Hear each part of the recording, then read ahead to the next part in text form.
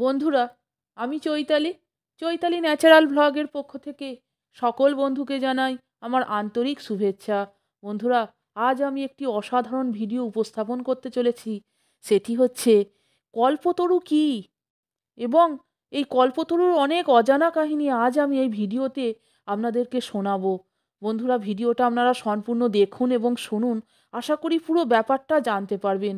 এমনকি ঠাকুর শ্রী রামকৃষ্ণ এই কল্পতরু নামের সঙ্গে জড়িয়ে গেলেন কেন, কি ব্যাপার হয়েছিল, সমস্ত বিষয়টা আমি এই ভিডিওতে আলোচনা করব। বন্ধুরা, ভিডিওটা আপনারা সম্পূর্ণ দেখুন, তাহলে পুরো ব্যাপারটা আপনারা জানতে পারবেন। তাহলে শুনুন। কল্পতরু অথবা কল্পবৃক্ষ, কল্পদ্রুম বা কল্পপাদপ হল হিন্দু পুরাণ, জৈন ধর্ম এবং বৌদ্ধ ধর্মের একটি ইচ্ছা পূরণকারী ঐশ্বরিক গাছ। আদি সংস্কৃত সাহিত্যে এর উল্লেখ রয়েছে। এছাড়াও এটি জৈন বিশ্বতত্ত্ব এবং বৌদ্ধ ধর্মের অন্যতম জনপ্রিয় বিষয়। হরিবংশ পুরাণে পারিজাত বাওবাব গাছকে একটি কল্পবৃক্ষ বা ইচ্ছা বহনকারী গাছ বলা হয়, যা উত্তরপ্রদেশের বারাবাঙ্কির কাছে কিন্টুর গ্রাম ছাড়াও শুধুমাত্র স্বর্গে পাওয়া যায়। ঠাকুর শ্রী রামকৃষ্ণের আত্মপ্রকাশের দিন, যখন তিনি এখন জনপ্রিয়ভাবে কল্পতরু নামে পরিচিত ইচ্ছা পূরণকারী গাছ হয়েছিলেন, এটি ঘটেছিল 1 জানুয়ারি অর্থাৎ 1 জানুয়ারি 1886 সালের কাশীপুরে, যেখানে শ্রী রামকৃষ্ণ তার গলায় ক্যান্সারের জন্য চিকিৎসাধীন ছিলেন। কল্পতরু উৎসব হলো একটি হিন্দু উৎসব। রামকৃষ্ণ মঠের সন্ন্যাসীবৃন্দ ও রামকৃষ্ণ মিশনের গৃহস্থরা এই উৎসব পালন করেন। 1886 সালের 1 জানুয়ারি এই উৎসব শুরু হয়েছিল। এই দিন ঠাকুর শ্রী রামকৃষ্ণ পরমহংস তার অনুগামীদের কাছে নিজেকে ঈশ্বরের অবতার বলে ঘোষণা করেছিলেন। বিভিন্ন জায়গায় এই উৎসব পালিত হলেও কাশীপুর উদ্যানবাটিতে এই উৎসব মহা সমারোহে পালিত হয়।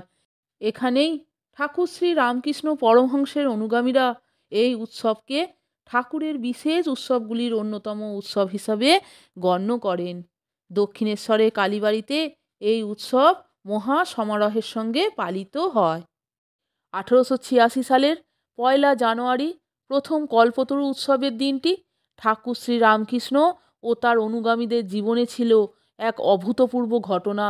ঠাকুর শ্রী রামকৃষ্ণ সেই সময় দুরারোগ্য গলায় ক্যান্সারে আক্রান্ত হয়েছিলেন এবং তার শারীরিক অবস্থারও যথেষ্ট অবনতি হয়েছিল।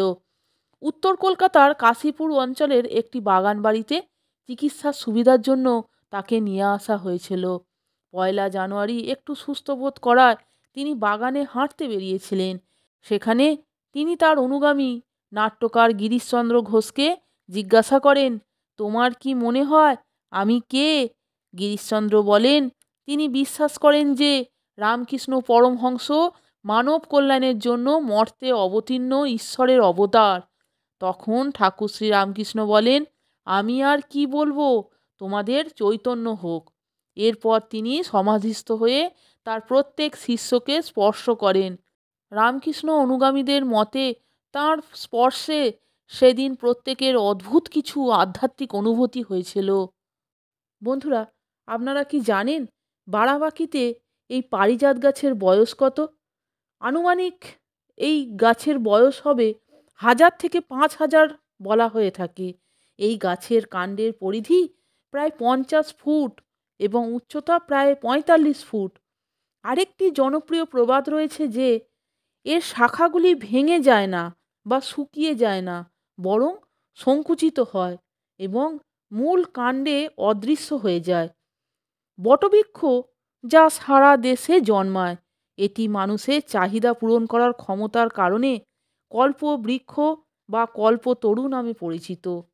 এই ইচ্ছা পূরণকারী গাছ কল্পবৃক্ষ শুধুমাত্র হিন্দু ধর্মেই নয়, বিশ্ব সংস্কৃতিতে অনন্ত জীবন ও আশীর্বাদের উৎসের প্রতীক। বন্ধুরা, এবার আপনারা জেনে নিন 2025 সালে কল্পতরু উৎসব কবে অনুষ্ঠিত হবে। 2025 সালে কল্পতরু উৎসব অনুষ্ঠিত হবে 1 জানুয়ারি, 1 জানুয়ারি বুধবার। তাহলে বন্ধুরা, ভিডিওটা আপনারা সম্পূর্ণ দেখলেন তো এবং শুনলেন তো যে কল্পতরু কী এবং কল্পতরু সম্পর্কে অনেক অজানা কাহিনী আপনাদের আমি এই ভিডিওটার মাধ্যমে আলোচনা করলাম এবং ঠাকুর শ্রী রামকৃষ্ণের সঙ্গে কল্পতরু নামটি কেন জড়িয়ে গিয়েছিল সমস্ত বিষয়টা আমি আপনাদেরকে জানিয়ে দিলাম। যদি ভালো লাগে তাহলে একটা লাইক, কমেন্টস এবং আমার চ্যানেলটিকে সাবস্ক্রাইব করে আমার পাশে থাকবার অনুরোধ করলাম। এই রকম আরও অনেক ভিডিও পেতে বন্ধুরা প্লিজ আমার চ্যানেলের ভিডিওগুলো আপনারা একটু দেখুন। ভালো লাগলে বন্ধুদের মধ্যে শেয়ার করে দেবেন। আপনারা সকলে ভালো থাকবেন, সুস্থ থাকবেন। আমি আবার আসছি পরের দিন অন্য কোনো ভিডিও নিয়ে। ভিডিওটা সম্পূর্ণ দেখার জন্য আপনাদের আমি অসংখ্য ধন্যবাদ জানাচ্ছি। জয় শ্রী শ্রী ঠাকুরের জয়। জয় গুরু, জয় গুরু, জয় গুরু।